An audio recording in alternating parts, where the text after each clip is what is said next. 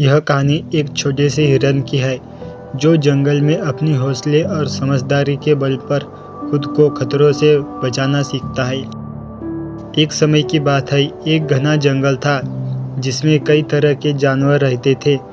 उसी जंगल में एक छोटा हिरन अपनी माँ के साथ रहता था। वह बहुत मासूम था और खेल-कूद में अपना समय बिताता था। उसकी माँ उसे अक्सर कहती, बेटा, जंगल में बहुत खतरे हैं। शेर, बाघ और तेंदुए जैसे शिकारी हर समय शिकार की तलाश में रहते हैं।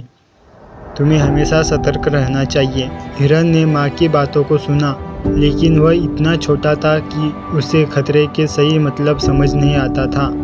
एक दिन वह अकेले जंगल में घास खाने के लिए निकल पड़ा। खेलते खेलते वह बहुत दूर निकल गया और अनजाने में शेर के इलाके में पहुंच गया। अचानक उसकी नज़र एक झाड़ी में छुपी हुई शेर पर पड़ी। शेर धीरे धीरे उसकी ओर बढ़ रहा था। उसकी आंखों में भूख की चमक थी। हिरन ने तुरंत अपने दिमाग से काम लिया और वहां से भागने की योजना बनाई।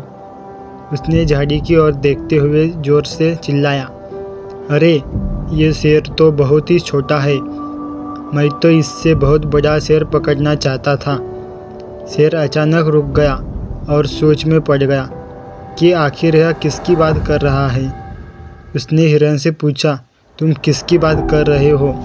हिरन ने होशियारी से जवाब दिया, यह पास में ही एक और शेर है जो तुमसे बड़ा और ताकतवर है।